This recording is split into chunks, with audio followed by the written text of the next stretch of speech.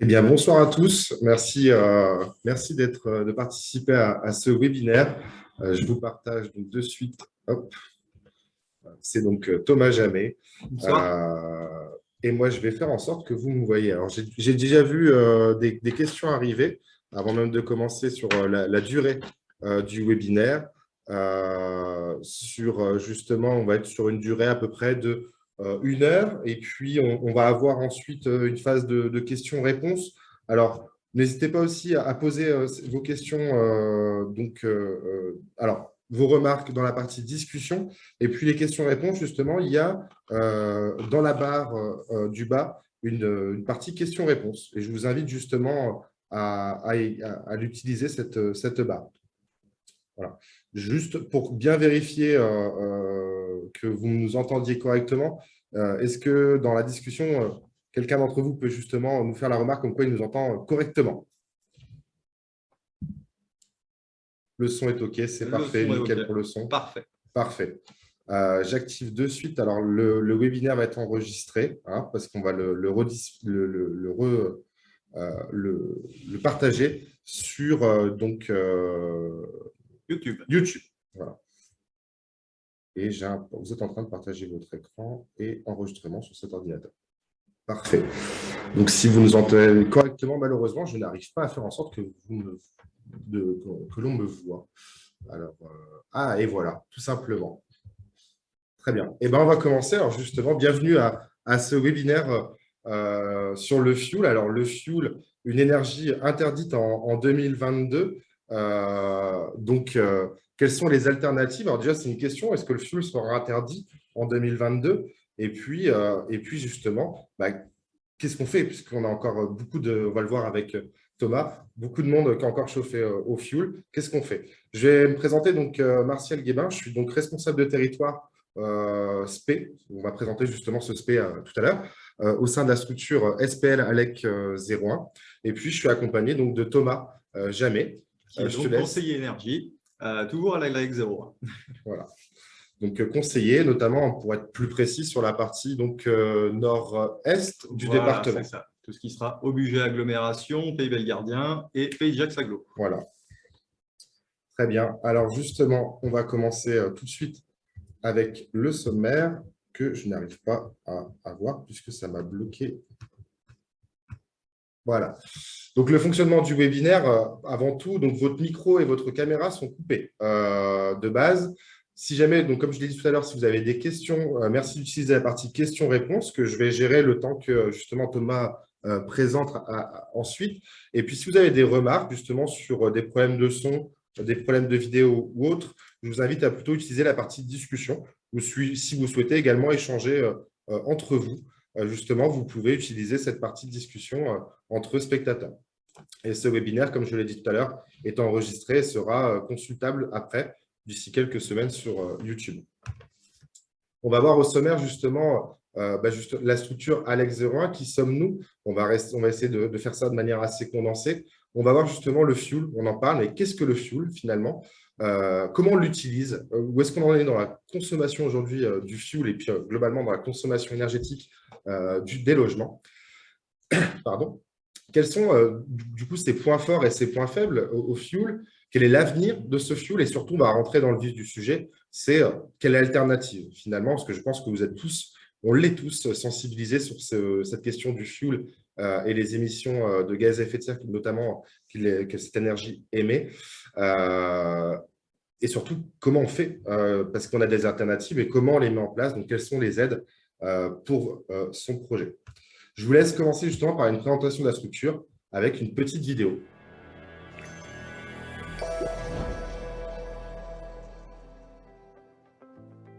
Eric et Juliette vont faire construire. Léa envisage de rénover son logement. Tous ont envie de préserver leur qualité de vie.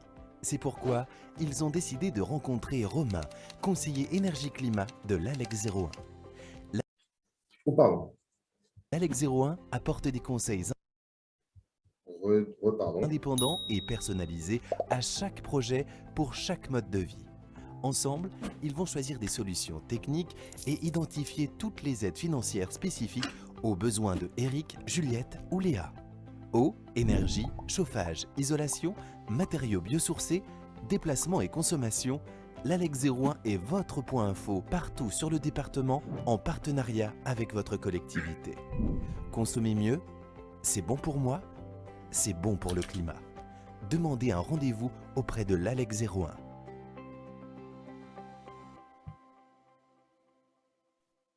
Alors, vous l'aurez compris, un professionnel, collectivité ou particulier, dès que vous avez une question ou un projet par rapport à l'énergie, alors ça peut être dans le bâtiment, ça peut être dans vos transports ou dans votre activité professionnelle, et bien justement, les conseillers et les chargés de mission de l'Alex 01 seront là pour répondre à vos questions. Hop, et on va commencer dans le vif du sujet. Je vais laisser la parole donc à Thomas, qui va nous présenter justement c'est quoi le fuel. Merci Martial pour cette présentation. Alors, qu'est-ce que c'est le fuel? Donc, tout le monde sans doute, le fuel est obtenu à partir du pétrole brut. Donc, pétrole brut, qu'on va passer dans une raffinerie. Donc, on va avoir tout un processus qu'on appelle le raffinage, qui est développé en 4 parties pour pouvoir avoir un produit fini pour différents usages, essence, gasoil, etc. Donc, pour commencer, on va faire du raffinage avec le pétrole brut.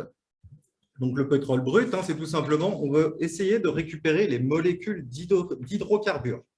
Alors, concrètement, le raffinage, ça consiste à distiller et traiter le pétrole pour obtenir les différents combustibles qu'on utilise. Donc, au suivant. Alors, voilà comment ça va se passer. Donc, on va commencer par faire la distillation du pétrole. Donc, on va mettre le pétrole brut dans une colonne de distillation et on va récupérer des coupes légères et des coupes lourdes.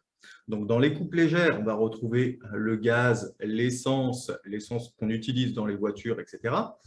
Les coupes moyennes, on va récupérer le kérosène pour les avions, le gasoil, encore une fois, pour les véhicules, mais aussi pour tout ce qui est tracteur, etc. Et ensuite, la partie qui nous intéresse, donc le fuel domestique, et plus bas, le fuel lourd qui va servir pour les supertankers, etc. Donc là, c'est la première partie, la partie distillation. Ensuite, on va aller sur la conversion. Donc la conversion, c'est une étape supplémentaire juste pour avoir un peu plus de rendement.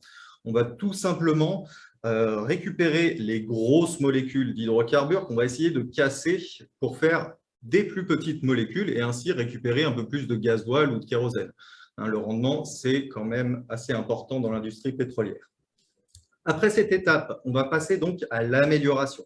L'amélioration, elle va surtout concerner donc les produits européens parce que ça va concerner les normes européennes. Donc, dans l'amélioration, on va enlever des substances telles que le plomb et le soufre, tout simplement pour que ça respecte les normes européennes ou les normes que l'on a pour la pollution. Et enfin, donc, le mélange, qui sera la dernière étape. Ce mélange, ça va donc concerner surtout le fuel domestique, ça va être l'ajout du colorant rouge. C'est pour ça qu'on appelle le fuel domestique le rouge. C'est parce que c'est un produit qui a une taxe différente. Donc, on va mettre un colorant pour bien reconnaître ce produit. Comme dans les bateaux, on a du fuel bleu. Dans le fuel domestique, ça sera du fuel rouge. Donc, dans cette étape du mélange, on va aussi travailler sur les spécificités techniques pour avoir un meilleur rendement, etc., etc. Diapo suivante. Petite question. Donc, je vais vous laisser répondre à la question qui va s'afficher, logiquement. Alors, c'est toi qui l'as, du coup, de fait. C'est moi qui l'ai. Alors... Dans les sondages, c'est sondage, question 1. Sondage, question 1. Hop. Donc, la première... Lancez le sondage. Voilà. Hop. Donc, la première question... Voilà, donc vous avez une petite question à répondre. C'est tout simplement, à votre avis, en France, le secteur qui consomme le plus d'énergie. Est-ce que ça serait le secteur des transports, le secteur du bâtiment, résidentiel et tertiaire, le secteur de l'industrie ou le secteur de l'agriculture et de la pêche? Hop, allez, je laisse encore 5 secondes. Ah, on voit qu'il y en a qui sont à fond. Hop. Bâtiment et tertiaire. Eh bien, vous avez tout à fait raison. En effet, donc c'est le bâtiment et le tertiaire. Alors, je suis désolé, je vois certains qui, du coup, nous font la remarque comme quoi ils ne nous voient pas Thomas en vidéo. Thomas, si Alors, justement, tu peux juste réactiver ma caméra, peut-être. Et en effet, on a un petit souci de vidéo. Je n'arrive pas à faire en sorte que vous puissiez voir Thomas. Donc, je te vois pas non plus. et tu ne me vois pas non plus. Je pense qu'il faut que tu me remettes, du coup, administrateur, Thomas.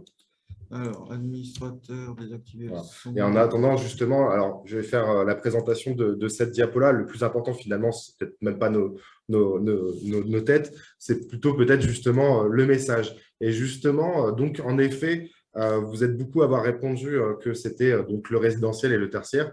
Et en effet, ces deux secteurs représentent 45% de la consommation énergétique en France. Le résidentiel et le tertiaire. Alors justement, aujourd'hui, quand on parle de pollution et des enjeux climatiques qui nous entourent, souvent on a vite tendance à pointer du doigt la voiture.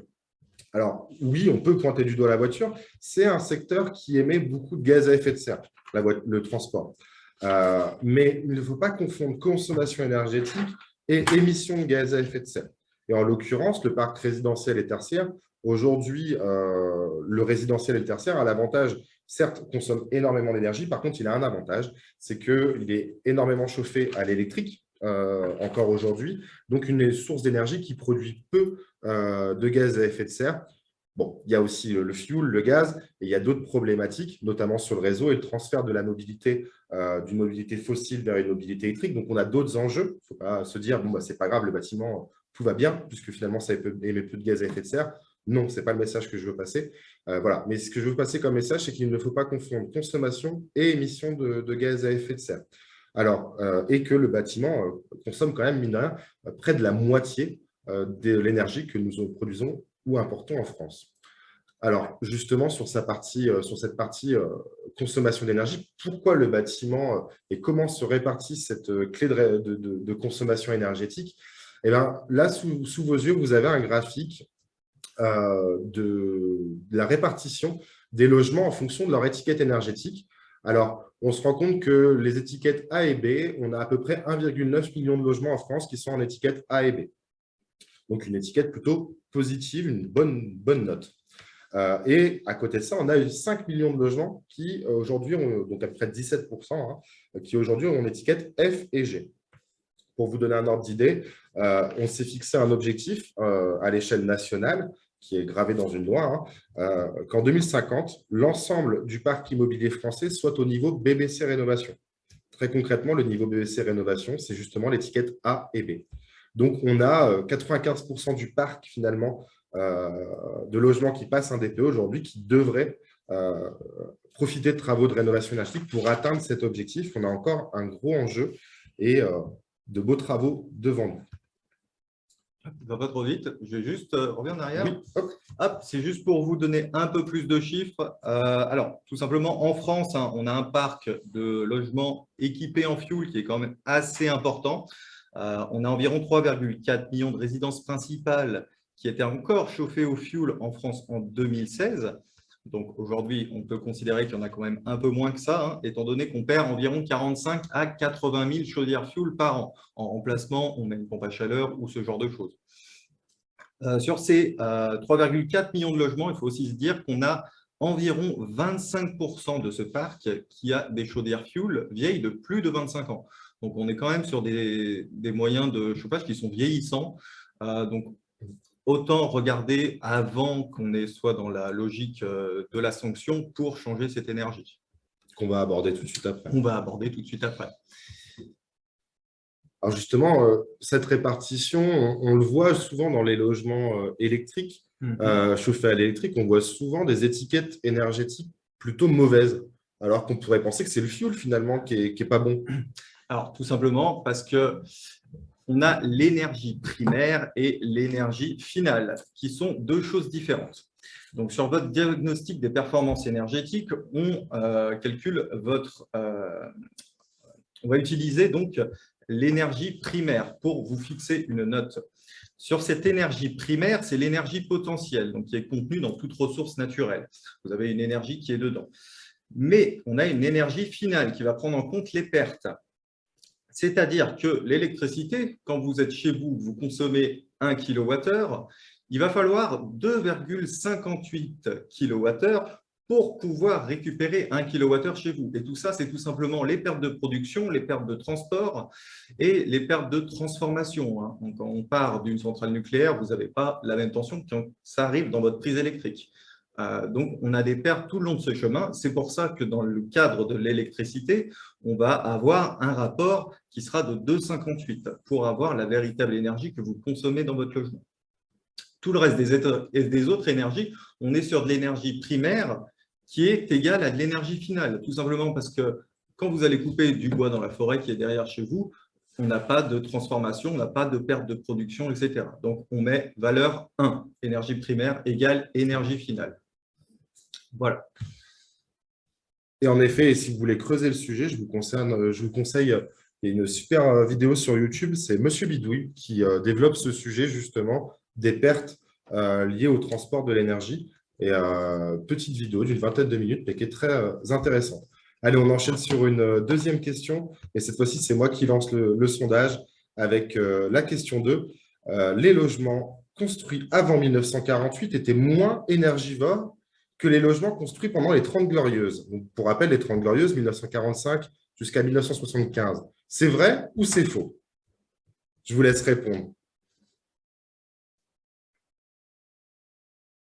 Samy, Oui. Allez, je vois 50 votants, on est 94.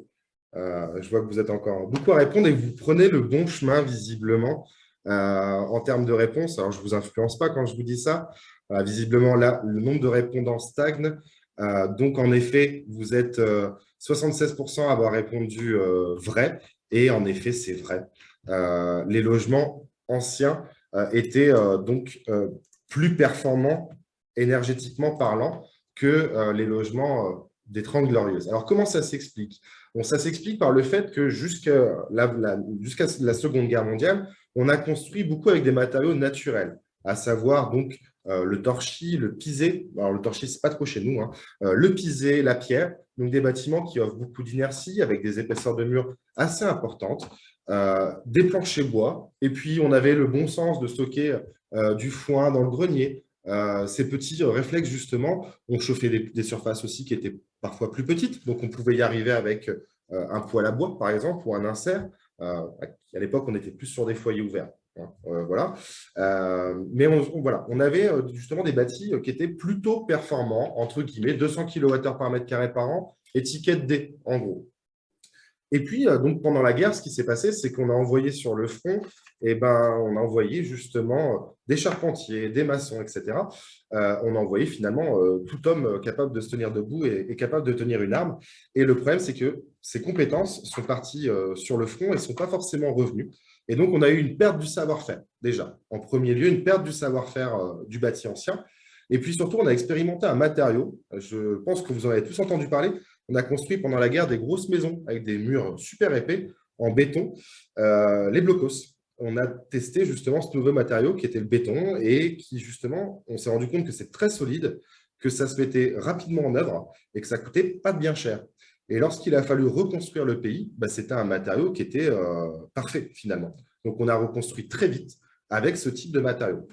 Jusque dans les années 70, ça se passait plutôt bien. Et puis, en 73-74, on a eu le premier choc pétrolier. Et c'est là qu'on s'est dit, ah, le béton, justement, c'est très bien, mais bizarrement, les logements consomment beaucoup plus d'énergie qu'auparavant. Alors, l'énergie, ce n'était pas un problème, elle ne coûtait pas cher jusqu'au premier choc pétrolier. Mais justement, ça nous a un peu rappelé la réalité, ce premier choc pétrolier, du fait qu'on était dépendant d'éléments de la géopolitique extérieure et du fait que l'énergie coûtait plus cher. Donc, premier choc pétrolier, et c'est là qu'il y a eu lieu en place déjà le fameux discours, la fameuse réplique. En France, on n'a pas de pétrole, mais on a des idées. Et bien justement, l'idée, ça a été de mettre en place la première réglementation thermique dans le bâtiment. Donc, celle de 1975. On a commencé à mettre de l'isolant dans les logements à partir de 1975. Et puis, s'enchaînent les réglementations thermiques. RT 2005 notamment, qui a enfoncé le clou, la RT 2012 qui l'a clairement réenfoncé un bon coup. Et puis là, la RE 2020, réglementation environnementale. Donc, c'est marrant, on n'est plus sur le même terme. On n'est plus sur thermique, on est sur environnemental parce que justement, on intègre les matériaux biosourcés et la construction dans la logique. Donc, c'est top. C'est vraiment une bonne chose, justement, où on prévoit des bâtiments, si ce n'est passifs, à énergie positive. Donc, on est vraiment dans une logique d'améliorer le bâti via des réglementations qui viennent les unes après les autres. Première fois qu'on s'est posé la question du pétrole, justement, c'était pendant la guerre. Il a fallu mettre de l'essence dans les tanks et on s'est dit, ah, mais en fait, on n'a pas d'essence, nous, finalement, et on est dépendant des éléments extérieurs. Alors justement, on l'a vu avec le Covid cette année, ce graphique est assez intéressant parce que justement, il n'affiche pas l'année 2020. Ce graphique, c'est l'évolution du prix des énergies, bizarrement depuis 1974. Tout à l'heure, je disais, bah oui, l'énergie, ça ne coûtait pas cher. C'est vrai qu'avant 1974, il n'y avait pas d'intérêt particulier à observer le prix de l'énergie puisque finalement, ce n'était pas cher. Et puis, on a commencé à l'étudier en 1974. On se rend compte que globalement, les énergies fossiles, à savoir le gaz naturel, le fuel, ont des courbes qui dépendent d'éléments extérieurs.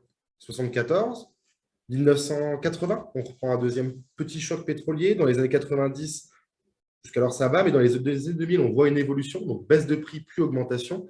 On revoit les mêmes, donc pour rappel, les années 2000, c'est la crise de l'immobilier, l'explosion de la bulle immobilière. 2008-2009, on a à nouveau une crise économique, 2009 pour être précis, baisse du prix, plus augmentation. Sur les coûts des années justement 2015-2016, encore une fois, une crise économique qui fait que, du moins une perturbation économique qui fait que le prix baisse puis augmente. Et puis là, on ne le voit pas sur le graphique puisqu'il s'arrête en 2016. Mais finalement, en 2020, avec le Covid, pour ceux qui justement se chauffent au fuel, on a réussi à faire rentrer pendant le Covid le fuel à 650 € les 1000 litres. Et puis là, on est reparti sur 1 000 €. Donc, on a une variation de prix. Ce qu'on veut dire par là, c'est que les énergies fossiles, on est dépendant d'éléments géopolitiques extérieurs. L'énergie, on ne l'a pas chez nous. Donc, forcément, on a des variations de prix qui sont importantes.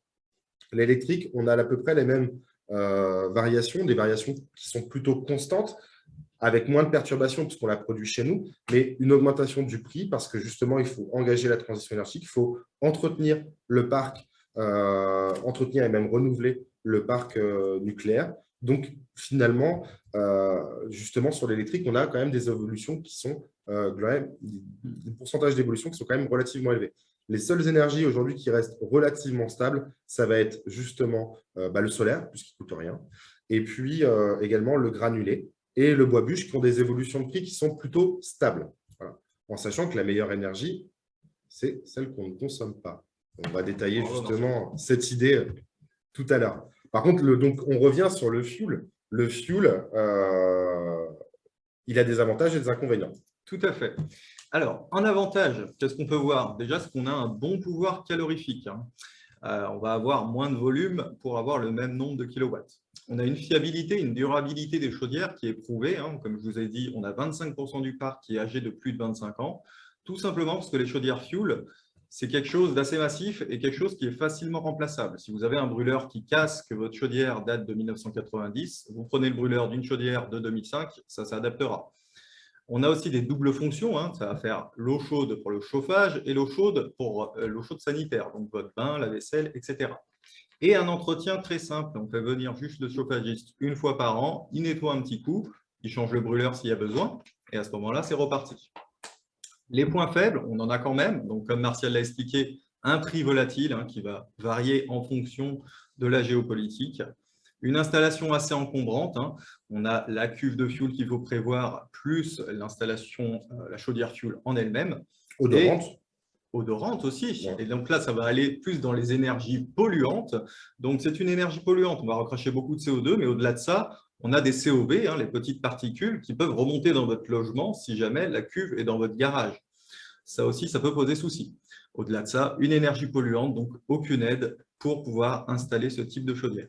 Puisque c'est une énergie qui émet beaucoup de gaz à effet de serre. Exactement. On le voit justement tout à l'heure. Tout à l'heure. Ouais. Là, on va parler du pouvoir calorifique. Donc, pouvoir calorifique, que je vous expliquais, on a une énergie qui a un bon pouvoir calorifique. Comme vous pouvez voir sur ce petit tableau, le fuel pour 1000 litres, donc pour 1 mètre cube, on va avoir 10 000 kWh. Le gaz naturel, ça va être 1000 mètres cubes pour vous donner 10 000 kWh. Mais étant donné que c'est du gaz, on va le compresser, on va avoir… 1 mètre cube, par contre, Thomas.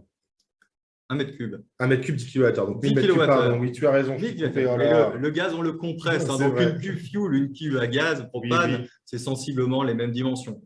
Le bois bûche, là, on va être à 5 mètres cubes pour 10 000 kWh. Donc, on est quand même sur une énergie qui demande beaucoup d'espace, beaucoup de volume.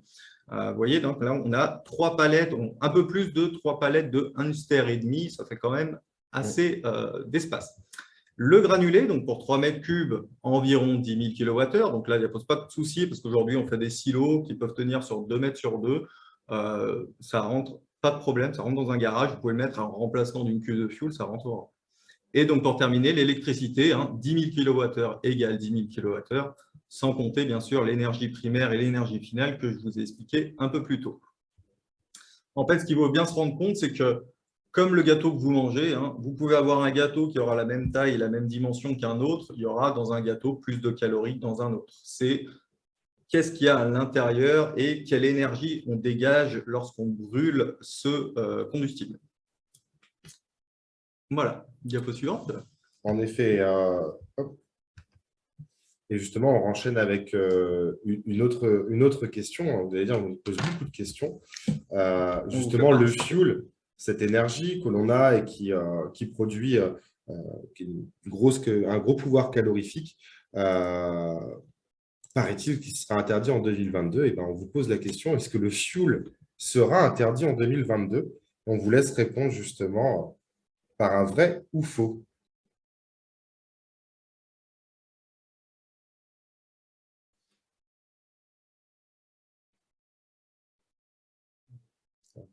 Beaucoup de participants, 68, 69. Allez, on va monter à 70. On est 100 sur le webinaire. Alors attention, quand je pose les questions, certains d'entre vous répondent dans les discussions. Justement, il y a un sondage qui s'ouvre. Vous voyez question 3. Voilà, ça stagne à 72, plus la réponse visiblement de Yvan qui dit faux. Justement, alors, en effet, ou pas, est-ce que le fuel sera interdit en 2022? Eh bien, je vais laisser répondre Thomas. Eh bien non, comme c'est écrit en gros et en rouge et souligné, non, le fuel ne sera pas interdit en France en 2022. L'interdiction va concerner l'installation et non le combustible. Si vous avez une chaudière à fuel chez vous avec une cuve de fuel, vous pourrez toujours remplir cette cuve l'année prochaine. Les dépannages ainsi que l'entretien annuel des chaudières fuel seront toujours possibles. Donc à ce moment-là, comme je vous ai dit plus tôt, vous avez un brûleur qui casse, vous pourrez le changer, il n'y a pas de souci. Malheureusement, si la chaudière est irréparable, à ce moment-là, il faudra passer sur une autre énergie. Seules les chaudières fuel qui ne peuvent pas être réparées devront être remplacées, comme je vous ai dit. Et le seuil, tout simplement le seuil de pollution de CO2 sera fixé à 250 grammes d'équivalent CO2 par kilowattheure. PCI. Donc, PCI, c'est tout simplement la puissance calorifique inférieure. On a donc deux puissances calorifiques, la puissance calorifique inférieure et la puissance calorifique supérieure. La puissance calorifique supérieure, c'est la puissance calorifique avec les vapeurs d'eau. Donc, chaudière à condensation, on va parler en puissance calorifique supérieure. Là, on parle de puissance calorifique inférieure, donc uniquement le combustible qu'on brûle. Donc, on a ces projets de décret. Je reviens bien là-dessus, c'est un projet de décret. Il n'a pas encore été voté, même si, on s'en doute, il y a de fortes chances que ça soit voté. Mais dans les faits, ça reste toujours un projet de décret. Là, on va passer sur les futurs décrets, donc les décrets qui vont être mis en place. Donc, la fin des chaudières gaz non condensation dans les logements neufs en 2022. Ça va changer quelque chose? Ça ne changera pas tellement de choses, tout simplement parce qu'aujourd'hui, dans le neuf, on ne met plus de vieilles chaudières gaz. On mettra toujours des chaudières gaz condensation dans le logement neuf aujourd'hui. Il n'y a pas, comme les chaudières fuel, on n'installe plus de chaudières fuel dans le logement neuf. C'est pour ça aussi que ça rentre en compte dans la baisse de l'utilisation du fuel en France. Ça marque le coup. Finalement. Ça marque le coup. Ça marque le coup, voilà. Ça ancre les choses. Même si c'est une pratique déjà courante, au moins c'est dans la loi. C'est ça. Okay. Ensuite, on va passer dans quelque chose d'un peu plus sérieux, l'interdiction à la location des logements dits passoires énergétiques dès 2023. Donc, tout ce qui sera en dessous de lettre G, dans la lettre G, environ 90 000 logements en France, sera interdit à la location. Le seuil maximal des consommations d'énergie finale d'un logement sera fixé à 450 kWh par mètre carré par an à compter du 1er janvier 2023. Donc, à ce moment-là, on ne pourra pas avoir un logement en dessous de la lettre G. Et l'interdiction de mettre en location des logements mal isolés, les étiquettes G en 2025, F en 2028 et E en 2034. Alors, tout ça, encore une fois, c'est dans les bacs, mais est-ce que ça sera voté? On ne peut pas vous dire. Logiquement, oui, parce qu'on va rentrer dans une logique de… Diapo suivante. Une logique d'incitation d'obligation. Donc ça, c'est tout simplement la marche des choses. Aujourd'hui, on vous donne des aides pour transformer votre énergie. Vous avez du fuel, vous pouvez avoir des aides à la fois publiques, MaPrimeRénov', pour changer cette énergie. Vous pouvez avoir des aides privées, les certificats d'économie d'énergie, donc avec les fournisseurs d'énergie pour avoir un petit peu plus d'aide, mais aussi les collectivités locales qui vous aident pour le remplacement de ces chaudières. Donc aujourd'hui, vous avez toutes les cartes en main pour changer votre énergie. En 2021, donc l'impossibilité de réviser les loyers logements classés F et G. 2022, comme je vous ai dit, obligation de présenter un audit énergétique en complément du TPE lors de la vente ou de la location d'un logement classé F ou G. L'obligation d'indiquer sur les annonces immobilières que le logement devra subir des travaux avant 2028. Donc ça, c'est pour les personnes qui vont acheter un logement, qu'ils sachent bien qu'ils devront faire des travaux. Et en 2023, seront qualifiés d'indécents les logements en F et G. Donc tout ça, c'est la partie incitation. Pendant quelques années, on va vous dire il faut changer cette énergie. Ensuite, on va avoir la partie obligation. En 2028, on va avoir l'obligation d'avoir engagé des travaux d'amélioration énergétique permettant aux passoires énergétiques d'atteindre l'étiquette E. Donc, l'étiquette E, aujourd'hui, en France, c'est ce qu'on a le plus. On est sur, je crois, 37% d'étiquette E. Non, excusez-moi, 27% d'étiquette E et 35% d'étiquette D. Donc, ce n'est pas très compliqué encore d'atteindre cette étiquette énergétique. Ensuite, en 2033, on passera aux sanctions. Donc ça va être à définir en 2023, mais on se doute bien qu'il va y avoir des interdictions de location et peut-être même des interdictions de vente. Donc c'est pour ça qu'aujourd'hui, on est dans la logique incitation. Vous avez encore quelques années pour pouvoir bénéficier des aides, parce que quand on sera dans la période obligation-sanction, ce n'est pas sûr que l'État mette en place des aides pour justement vous aider à changer cette énergie, parce qu'on vous aura pendant des années, vous dit il faut changer cette énergie, on vous met des aides en place. Donc peut-être que dans la partie obligation-sanction, à partir de 2028, il n'y aura plus d'aide qui existera. Mais tout ça, on ne peut faire que des spéculations, ça n'a pas encore été voté, et ça mettra encore 2-3 ans avant d'être voté. C'est vrai, comme on en parlait ensemble tout à l'heure, j'imagine mal l'État ou une collectivité mettre en place une sanction et à côté de ça, vous donner une aide. Ce serait totalement bizarre d'avoir à la fois une amende et une aide pour faire les travaux.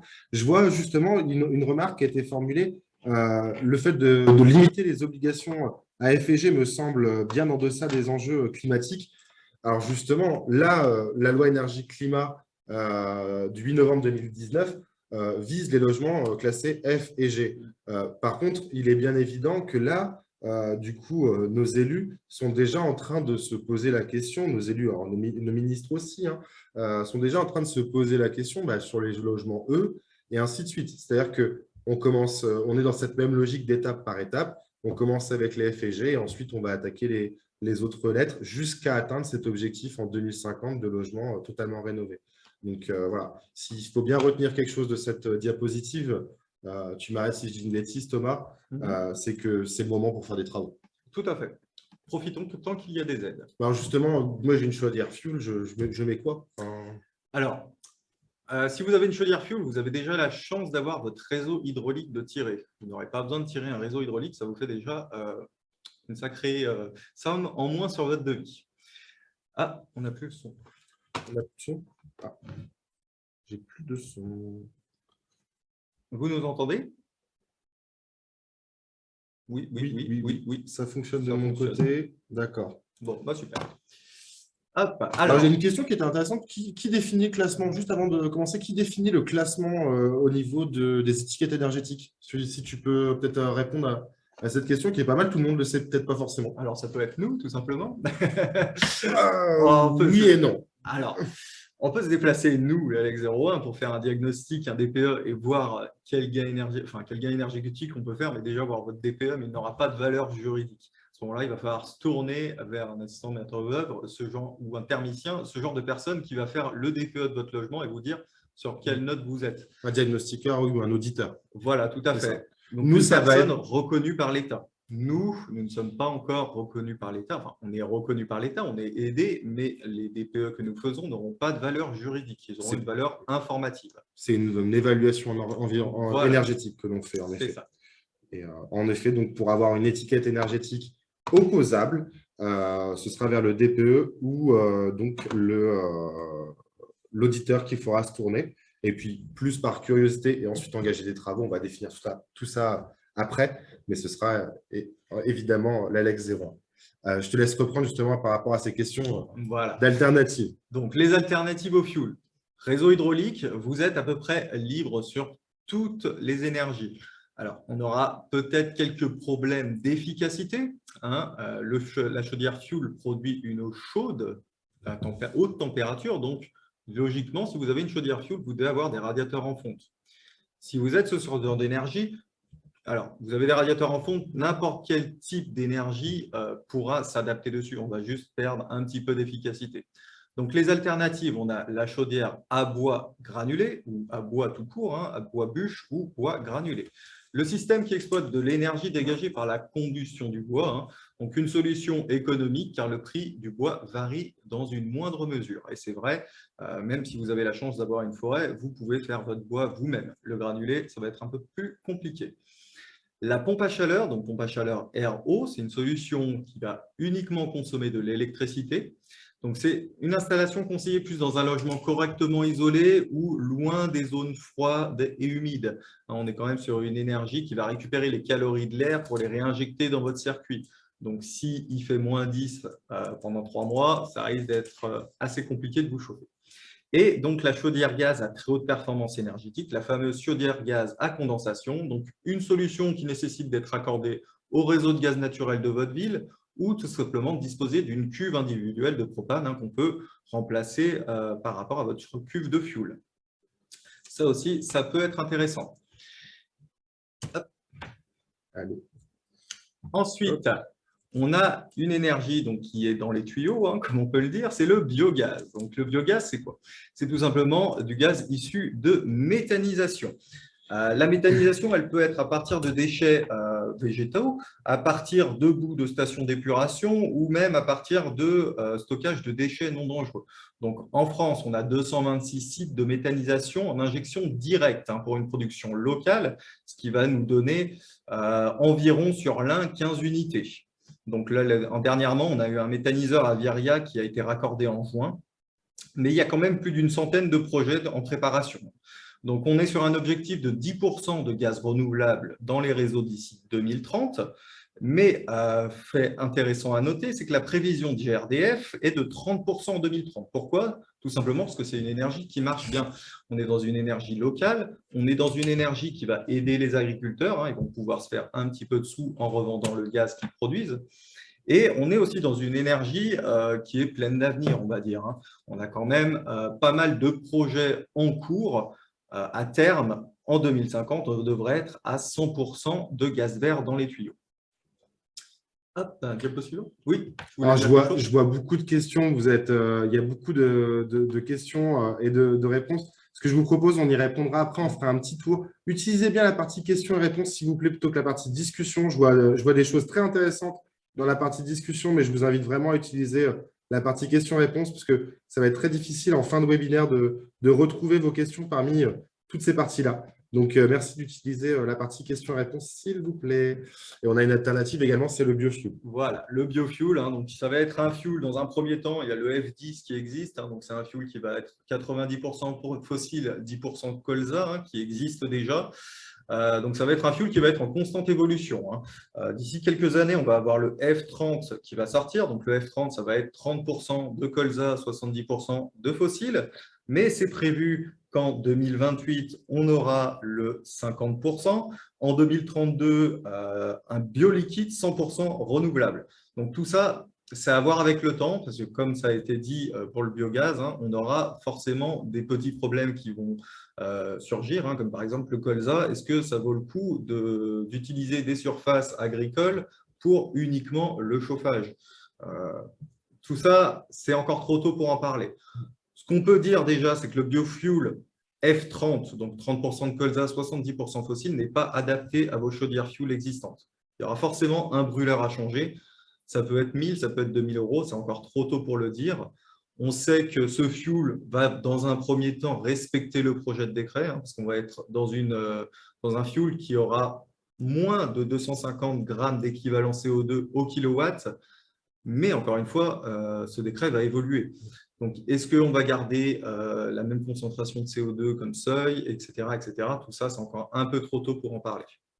Et justement, là, je viens de voir quelques questions, j'essaye de les suivre en même temps. Vous êtes beaucoup à poser des questions.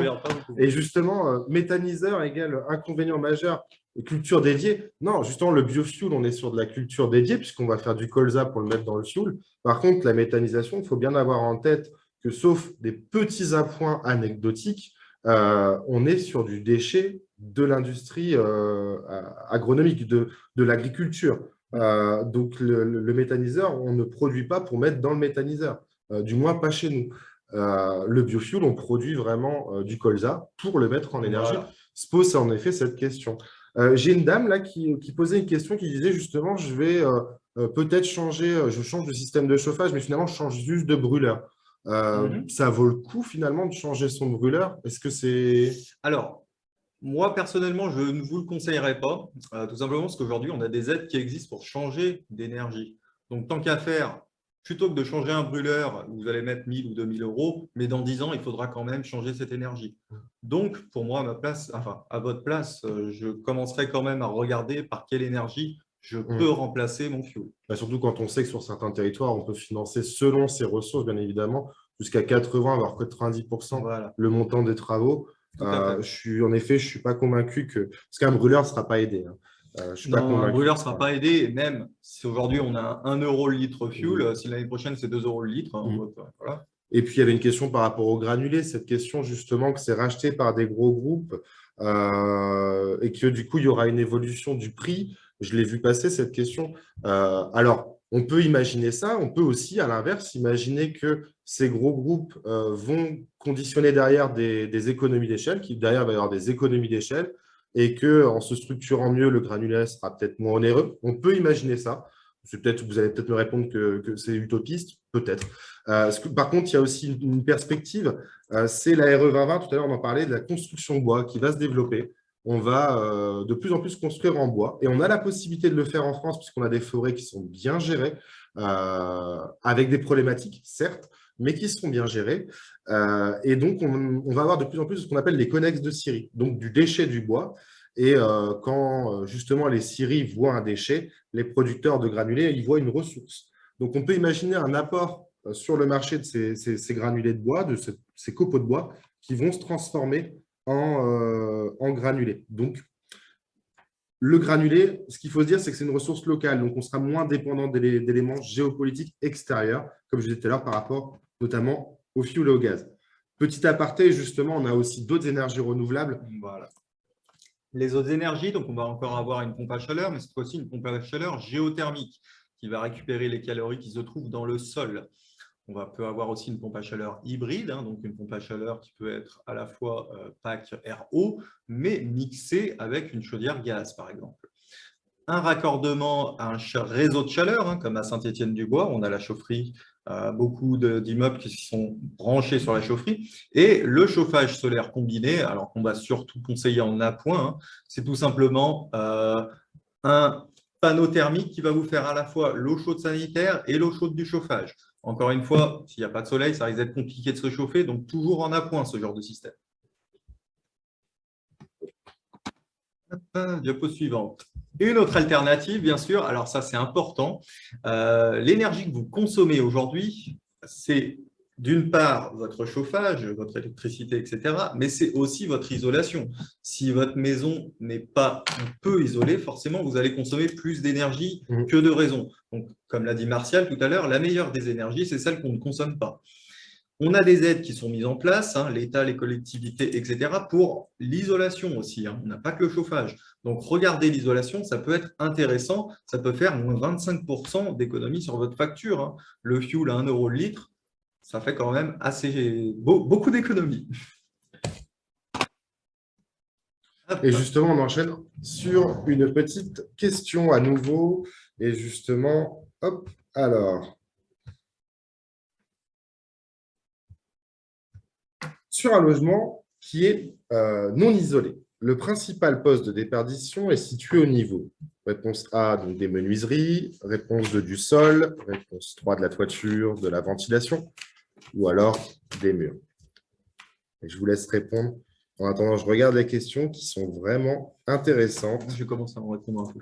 Alors, justement, on va regarder peut-être après. On regardera tout à la fin pour essayer de répondre le plus possible, parce que je pense qu'il y a une grosse partie qu'on va pouvoir aussi, dans laquelle on va pouvoir répondre aussi au fur et à mesure. Allez, hop, je vois que le niveau s'arrête au niveau des votants. Et en effet, vous êtes beaucoup, 83% à dire par la toiture. Et c'est vrai. En effet, c'est bien par la toiture que les niveaux de déperdition sont les plus importants. Alors, c'est comme nous finalement. Quand on a froid l'hiver, on met un bonnet et des chaussettes. Et finalement, c'est un peu le même principe. On a le gros des déperditions d'une maison qui se fait au niveau de la toiture. Beaucoup par le plancher bas aussi finalement, mais c'est encore suivant la typologie de maison justement. Alors, principal poste, la toiture. 25 à 30% des déperditions. Second poste, les murs, 20 à 25%. Pourquoi? Parce qu'on a beaucoup plus de surfaces de murs. On a beaucoup de surfaces de murs qui sont assez importantes. La toiture, c'est parce que l'air chaud monte, tout simplement. Ensuite, on a également le renouvellement de l'air. Alors, potentiellement, vous voyez notre combine, c'est les 20 à 25% que vous voyez en haut à droite, renouvellement de l'air. Les fenêtres, 10 à 15%. Alors, justement, beaucoup de porteurs de projets aujourd'hui nous appellent en disant « Ah, je vais changer mes fenêtres, ça va justement faire des économies d'énergie. » Ce n'est pas si vrai. C'est vrai, oui, mais ce n'est pas le point principal pour engager de réelles économies d'énergie. Par contre, on augmente grandement son confort. Le plancher bas, donc ce que vous avez sous vos pieds quand vous êtes dans votre maison. Et puis les ponts thermiques. Justement, les ponts thermiques, c'est à l'inverse. On entend beaucoup de personnes dire « Oh là là, j'ai des ponts thermiques sur ma maison. » Il faut savoir, ça représente 5 à 10%. Donc, c'est les liaisons en fait, qui font qu'on a des déperditions. Alors, comment, sur la partie de gauche, on voit comment on envisage la rénovation aujourd'hui d'un logement? On l'envisage d'abord par son isolation. Ensuite, une fois que l'isolation est traitée, on envisage les systèmes de chauffage. Et puis ensuite, en dernier point, on aborde la question des énergies renouvelables, qu'on peut aborder en même temps que les systèmes de chauffage finalement. Donc, pourquoi? Parce qu'en fait, si vous changez votre système de chauffage tout de suite, disons que votre chaudière fuel tombe en panne, vous allez mettre un système de chauffage. Et qu'est-ce qui va se passer? Vous allez vous retrouver avec un système de chauffage qui est dimensionné par rapport à un niveau de déperdition. Et lorsqu'on va venir isoler votre logement, parce que vous l'avez compris, il faut réduire la facture énergétique, votre système de chauffage sera largement surdimensionné. Donc, ça, il faut l'envisager, il faut le prendre en considération, et c'est ce que nos collègues conseillers font de jour en jour. Mais alors, pourquoi rénover en dehors de ça? Pourquoi rénover son logement? On l'a dit tout à l'heure, il y a ces enjeux de transition énergétique qui aujourd'hui sont dans toutes les têtes, j'imagine. Il y a un enjeu dans les années à venir sur la question de l'énergie, les émissions de gaz à effet de serre et le réchauffement climatique. On a des gros enjeux. L'idée, ça va être également d'augmenter votre confort, été comme hiver. C'est-à-dire que l'isolation va vous permettre de vous protéger du froid l'hiver, mais le but, c'est aussi que l'isolation vous protège du chaud l'été. On a des épisodes caniculaires qui sont de plus en plus importants. Donc, il faut aussi le prendre en considération en mettant les bons matériaux d'isolation. L'idée, c'est aussi de faire des économies financières. Ça, c'est une logique assez implacable. On fait 50% d'économie d'énergie, ben, naturellement, on fait 50% d'économie financière. On peut même aller plus loin si on change d'énergie, eh ben, on peut encore faire plus d'économie financière. Autre point sur la partie économie financière, c'est la question de la précarité énergétique. Aujourd'hui, on a des foyers où l'énergie dans leur logement représente des parts très importantes de leurs revenus, finalement. Ils consacrent une grosse partie de leurs revenus à la question de l'énergie. Et puis, en fait, c'est des foyers, c'est énormément de foyers en France, hein. Je vais dire 1 sur 5, et c'est 1 sur 5, qui sont en situation de précarité énergétique. La moindre variation met ces foyers en situation de péril d'un point de vue financier. Et puis, l'augmentation de la valeur patrimoniale, que je prends avec énormément de pincettes. Mais en effet, il y a une étude qui a été faite par les notaires de France, justement, qui ont essayé de repérer justement les variations de prix qu'il peut y avoir un logement classé F et G par rapport à un logement classé A et B, selon la même typologie. On constate qu'il y a une variation de prix sur les maisons individuelles de l'ordre de 19% en Auvergne-Rhône-Alpes. Hein. C'est entre les logements classés A et B par rapport aux logements classés F et G. Ça veut dire quoi? Ça veut dire que si vous mettez 20 000 € sur la table pour faire des travaux de rénovation, vous récupérez ces 20 000 € à la vente. Eh bien, j'ai envie de dire, pas forcément. J'ai envie de dire, vous vendrez mieux le bien, c'est-à-dire que ce sera plus attractif sur le marché. Par contre, est-ce que vous le vendrez plus cher? Ça, j'en suis pas convaincu. Il y a certaines zones où oui, voilà, des zones où il y a un marché de l'immobilier un peu tendu, ce sera possible. D'autres secteurs où ce sera peut-être un poil plus compliqué. Alors, c'est très bien de rénover, il faut rénover, mais c'est un peu la jungle. Les artisans, les aides, qu'est-ce que je fais par rapport à ça? Et bien justement, contactez votre SPE, service public de la performance énergétique de l'habitat. Concrètement, c'est un service public qui est proposé par vos collectivités territoriales. Genre, je ne vais pas citer les 14 du département de l'Ain, mais c'est votre intercommunalité. L'idée, c'est de faciliter votre projet de rénovation. L'idée, c'est de vous accompagner dans cette démarche de rénovation et surtout de rénovation performante. Nos conseillers sont justement des techniciens et vont vous aider à prendre la bonne voie. J'ai le petit kekemono derrière moi. Avec nous, faites le bon choix. C'est vraiment cette idée de dire votre argent, vous allez le mettre au bon endroit en termes de poste de travaux.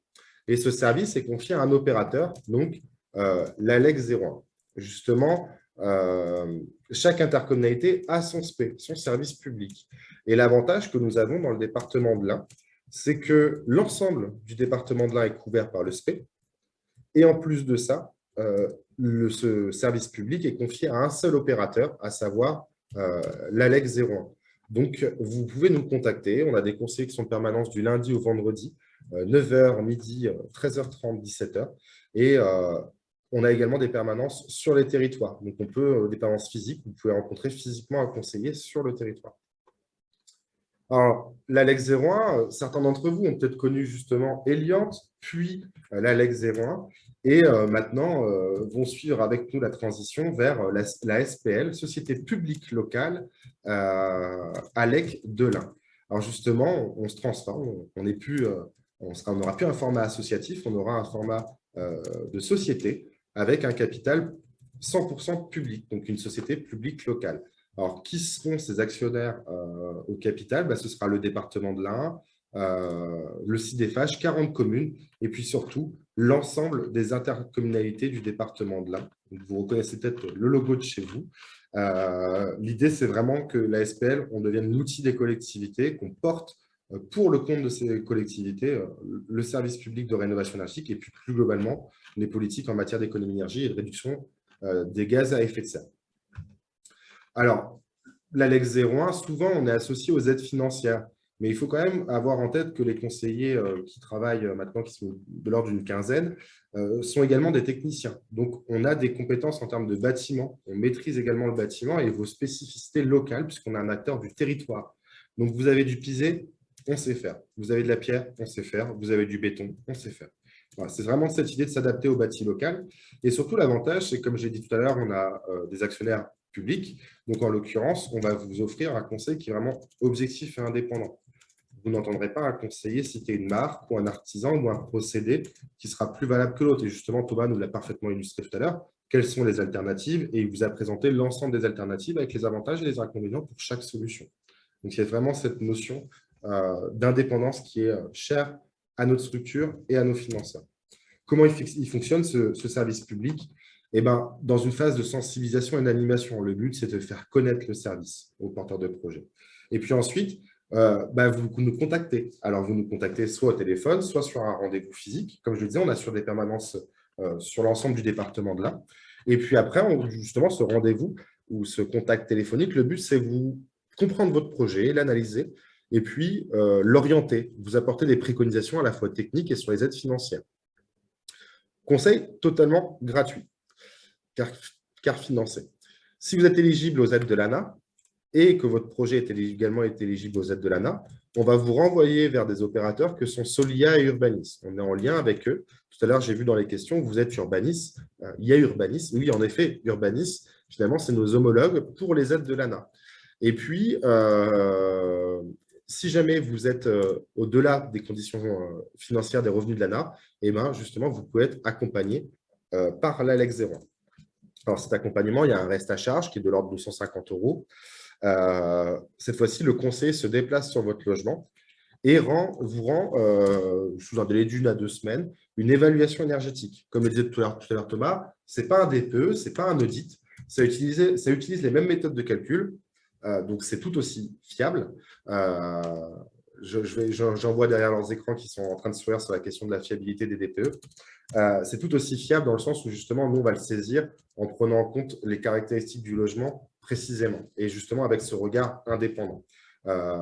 Donc, une évaluation énergétique avec 3 bouquets de travaux qui sont chiffrés en termes de coûts, de gains énergétiques, temps de retour sur investissement. Donc, l'idée, c'est vraiment d'avoir un rapport qui vous donne 3 bouquets de travaux avec un ordre d'idée de ce qu'il faut faire. Ce rapport, c'est bien, vous l'avez entre les mains, et bien après, il reste à appeler les artisans. Donc, on vous transmet une liste d'artisans qui sont référencés, qui ont justement signé une charte de référencement chez nous, donc une charte de qualité. Et le conseiller qui vous accompagne dans votre projet va analyser avec vous les devis, fond et forme, donc aspect administratif et aspect purement technique. Et puis après, on va vous aider dans votre démarche de récupération des aides financières. On va vous accompagner dans cette démarche-là pour justement récupérer vos aides. Alors, les aides, justement, elles sont multiples. Là, l'idée, c'est de faire une présentation d'1 heure. On est déjà quasiment à la présentation. Donc, le but, ça ne va pas être de vous faire une présentation exhaustive des aides financières parce que sinon, on repart sur 1 heure de présentation. Mais il y a un message à retenir, principalement, le fameux « je gagne trop, j'ai le droit à rien ». On l'entend tous les jours, si ce n'est pas parfois toutes les heures, ce qui est totalement faux.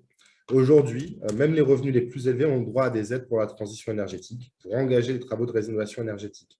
Il y a des aides de l'ANA pour les ressources aux revenus les plus modestes, Habiter mieux sérénité, avec ses accompagnateurs que sont Solia et Urbanis. Il y a également les aides de l'ANA, mais sous un format MaPrimeRénov'. Donc ça va être des aides qui vont être accordées aux ressources intermédiaires et aisées. Suivant le parcours, ça peut être aussi pour les ressources modestes. Il y a les certificats d'économie d'énergie et il y a surtout les aides locales. Beaucoup de collectivités dans le département de l'Ain ont mis en place des aides locales spécifiques sur certains types de travaux et parfois certains ménages, justement pour appuyer cette démarche de rénovation énergétique. Il y a une autre aide qui est particulièrement intéressante, c'est la TVA à 5,5 par rapport justement à une TVA à 10 sur des travaux classiques, on va dire, l'éco-prêt à taux zéro. Donc voilà, il y a une multitude d'aides, elles se cumulent parfois, et justement, on a ces règles de cumul. Alors, pour des revenus modestes, vous pouvez bénéficier de MaPrimeRénov' et des C2E ou d'Habiter mieux. Pour des revenus intermédiaires, toujours MaPrimeRénov' et C2E. Et revenus aisés, on va avoir MaPrimeRénov' seulement pour les parois opaques avec des C2E. Dans tous les cas, vous avez ces fameux C2E qui sont des primes accordées par les fournisseurs d'énergie pour vous inciter à faire des travaux. Et puis, vous avez les aides locales, la TVA 5,5, l'éco-prêt à taux zéro. Donc, voilà. L'idée de contacter nos conseillers, c'est vraiment de faire le point sur votre projet et c'est ensuite justement de définir à quelles aides vous avez le droit. Donc, nos conseillers vont vous dire votre bouquet de travaux à coup de fourche, parce que justement au téléphone, on ne peut pas faire des fourchettes, donc on va plutôt partir sur des fourches. C'est quand on se déplace qu'on fait des fourchettes.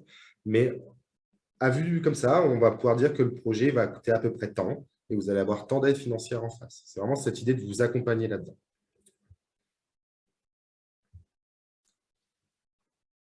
Merci pour ce webinaire, cette participation. Je vous propose justement de passer aux questions. qui sont nombreuses. Je crois, Thomas, je te voyais taper sur ton Ouais, clavier alors j'ai commencé à répondre à deux, trois à quelques questions. Alors, on a les chaudières gaz les chaudières gaz non condensation ne pourront plus être installées non plus en 2022. non. Voilà, sur du logement Neuf. neuf et en rénovation, 1er juillet 2022. Mais c'est un projet de décret. C'est ça qu'il faut retenir justement de cette présentation, c'est qu'on est sur un projet de décret. Ce n'est pas justement gravé dans le marbre. Ça a déjà été repoussé de 6 mois. Finalement, ça devait sortir là au 1er janvier. Tout à fait. Pourquoi est-il prévu d'interdire le fioul si le biofuel existe? Alors, tout simplement parce que on ne va pas créer de nouvelles surfaces cultivables uniquement pour le chauffage. Et puis, on n'interdit pas le fioul, finalement. On On interdit les énergies qui émettent plus de 250. Voilà, on interdit un certain seuil de CO2, en fait. C'est ça qu'il faut se mettre dans la tête. Une fois que vous avez compris que c'est le CO2 qu'on vise à baisser, ça devient tout à fait logique qu'on interdise le fioul. Le fioul qui viendra du colza va aussi produire du CO2. Donc, à terme, j'imagine que ce sera aussi interdit. Je vois une question de Marie-Martre. Du coup, vous pouvez reprendre tout à l'heure la question du classement. Votre réponse n'a pas été claire. Si vous pouvez justement être plus clair dans votre question, parce que je ne me souviens pas justement ma réponse par rapport au classement. Donc, si vous pouvez refaire une question plus précise auquel on pourra peut-être répondre à travers justement ces questions-réponses. Le rendement de méthanisation est assez mauvais entre le PCI matière entrante et PCI biogaz sortant. Ça, justement, ce que je vous invite, je ne vais pas vous cacher, nos conseillers et moi-même, on a un niveau de compétence. Notre travail, c'est vraiment de répondre sur tout. Et lorsqu'il y a certains sujets sur lesquels on n'a pas les compétences, donc on va creuser. On peut creuser cette question. Vous avez également GRDF qui, justement, travaille sur cette question de la méthanisation et qui se fera un plaisir de répondre à cette question, justement, du rendement de méthanisation. J'ai cru voir quelques questions avec quelques idées reçues, je pense, sur cette question de rendement, peut-être, et de comment fonctionne la méthanisation.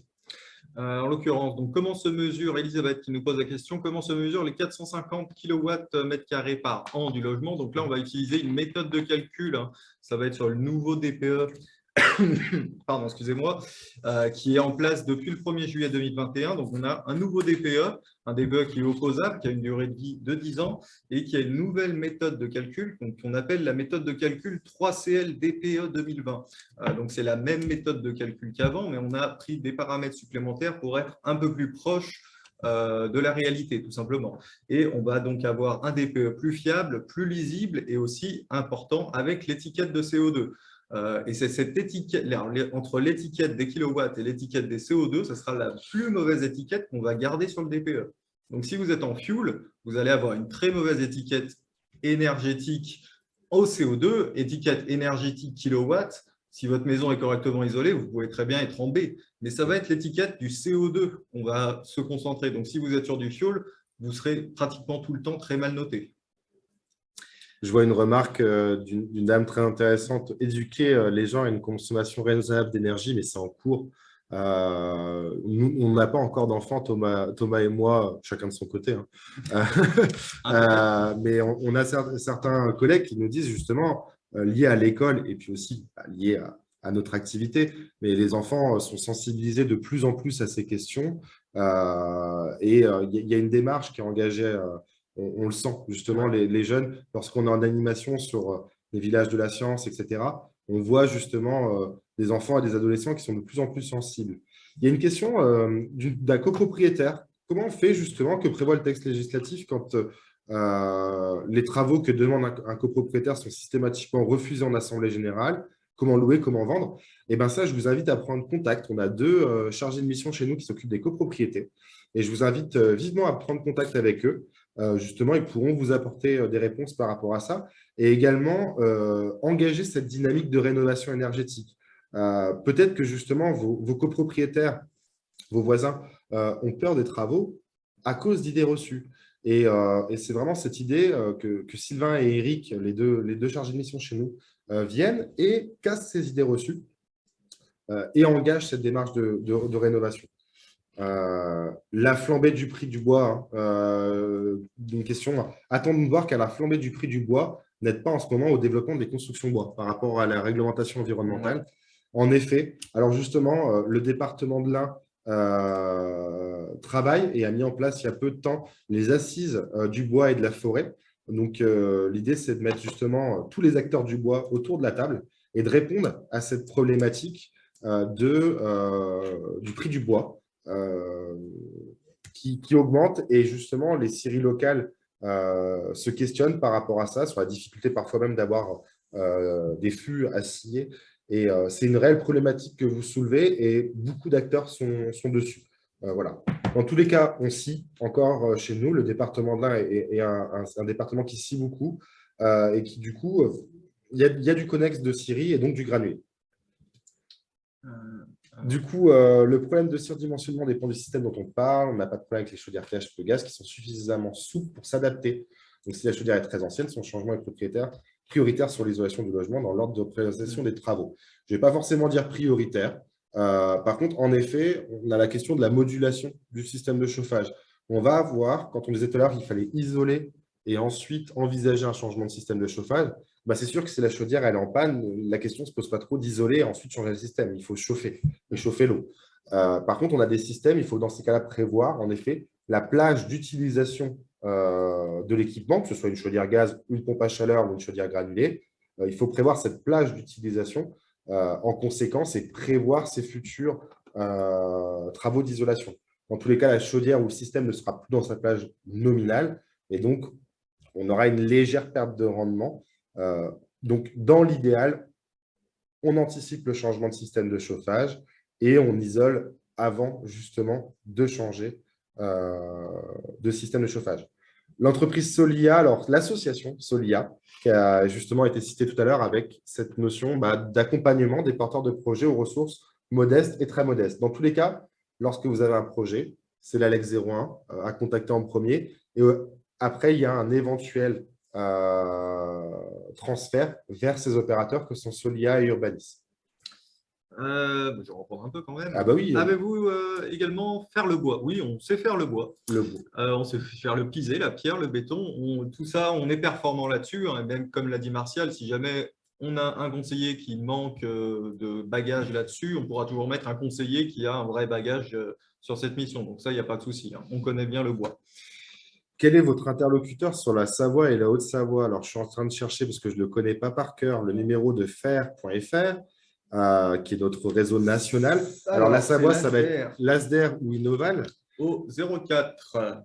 Mais oui, mais moi, je voulais donner le 0800 parce que… Ah, le 0800? Bah oui, parce que cette personne nous demande la Savoie ou la Haute-Savoie. Mais oui. Peut-être que du coup, on a des spectateurs qui sont en Isère, ou dans le Jura, ou dans le Finistère, dans le Pas-de-Calais, dans le Nord. J'ai déjà répondu pour l'AGENA tout à l'heure du monsieur qui se posait pour le Jura. Le plus simple, c'est peut-être justement le 0808 800 700 fer.fr qui regroupe en fait l'ensemble des structures comme la nôtre. Qu'importe votre département, justement, quand vous appelez ce numéro, on vous demande votre code postal et votre commune et automatiquement, on vous renvoie vers la bonne structure.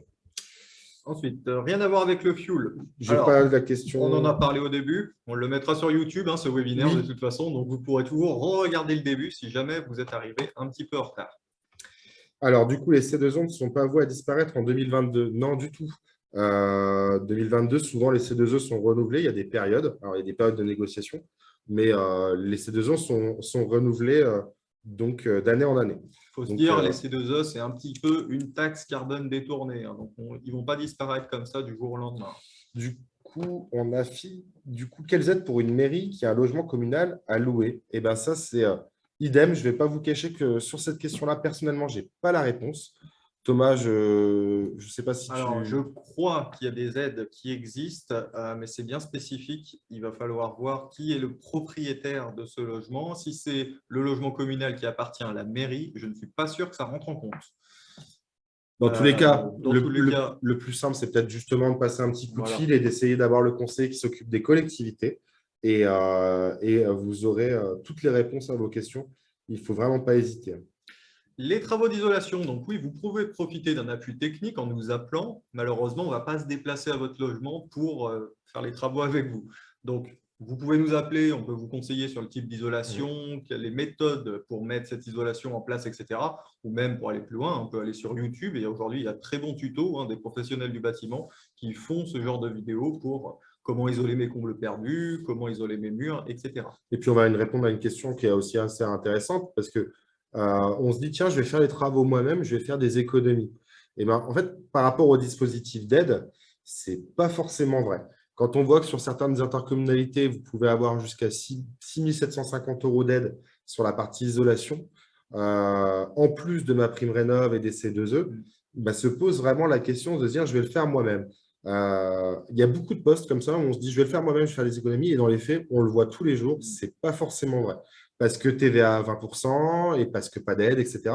Donc, l'idée aussi de faire le point avec un conseiller, ça va être de dire, est-ce que ça vaut le coup? Et puis après, il y a un deuxième point, c'est souvent, on a des porteurs de projets qui disent, mais je vais le faire moi-même parce que moi, je serai sûr que ce sera bien fait. Bah, l'idée, ça va aussi de vous mettre en relation avec des artisans qui savent faire. Justement, ils signent une charte avec nous, ces artisans locaux qui maîtrisent leur sujet. Donc c'est quelque chose que l'on peut faire. La question des DPE et des auditeurs. Où trouver les noms de ces auditeurs? Eh bien, sur le site faire.fr, vous allez pouvoir trouver ces auditeurs et ces diagnostiqueurs. Est-ce que c'est payant? Et en effet, un DPE et un audit, c'est en effet payant. Alors, les prix vont varier en fonction du logement, la taille du logement et puis la localisation. Donc, il ne faut pas hésiter à en contacter plusieurs.